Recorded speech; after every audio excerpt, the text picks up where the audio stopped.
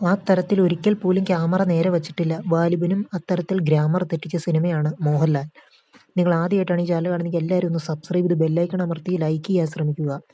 മലയാളത്തിൽ നിരവധി ഹിറ്റ് ചിത്രങ്ങൾ സമ്മാനിച്ചിട്ടുള്ള പ്രേക്ഷകരുടെ ഇഷ്ട കൂട്ടുകെട്ടാണ് മോഹൻലാൽ, പ്രിയദർശൻ. ബോയിങ് ബോയിങ്, കിലുക്കം, വന്ദനം, തേന്മാവിൻ കൊമ്പത്ത് തുടങ്ങി ഇരുവരും ഒന്നിച്ചപ്പോഴെല്ലാം പ്രേക്ഷകർ തിയേറ്ററിലേക്ക് വന്നിട്ടുണ്ട്. ഏറ്റവും ഒടുവിൽ ഇരുവരും ഒന്നിച്ച മരക്കാർ അറബിക്കടലിന്റെ സിംഹം എന്ന ചിത്രം വലിയ ഹൈപ്പോടെയാണ് തിയേറ്ററിൽ എത്തിയത്. എന്നാൽ സിനിമ ബോക്സ് ഓഫീസിൽ പരാജയപ്പെട്ടു. പതിവ് ചിത്രങ്ങളിൽ നിന്ന് വ്യത്യസ്തമായി ത്രില്ലർ ജോണറിൽ പുറത്തിറക്കിയ പ്രിയദർശൻ സിനിമയായിരുന്നു ഒപ്പം. തിയേറ്ററിൽ വലിയ വിജയമായി മാറിയ സിനിമയിൽ മോഹൻലാൽ, സമുദ്രകനി, അനുശ്രീ, നെടുമുടി വേണു തുടങ്ങിയവരായിരുന്നു പ്രധാന വേഷത്തിലെത്തിയത്. സാധാരണ സിനിമയിലൂടെ ഗ്രാമറിൽ നിന്ന് വ്യത്യസ്തമായ രീതിയിൽ ഷൂട്ട് ചെയ്ത സിനിമയാണ് ഒപ്പം എന്ന് മോഹൻലാൽ പറയുന്നു.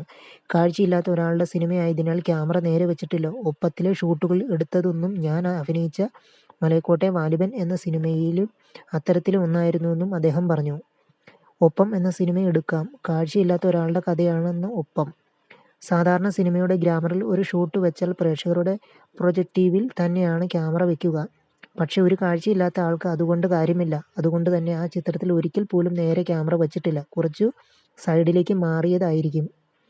അയാൾ ക്ലാസ് അപ്പും വൈഡ് ഷോട്ടും ഒന്നുമില്ല. അങ്ങനെയാണ് ആ സിനിമ ചെയ്തിരിക്കുന്നത്. സിനിമ കാണുമ്പോൾ എന്തോ ഒരു പ്രത്യേക ആ സിനിമയിൽ ഫീൽ ചെയ്യും. അങ്ങനെ സിനിമയ്ക്ക് ആവശ്യമായ കാര്യങ്ങളാണ് ചെയ്തിട്ടുള്ളത്. വാലിബനും ഒരുപാട് ഗ്രാമറുകൾ തെറ്റിച്ച് ഒരുക്കിയ ഒരു സിനിമയാണ്.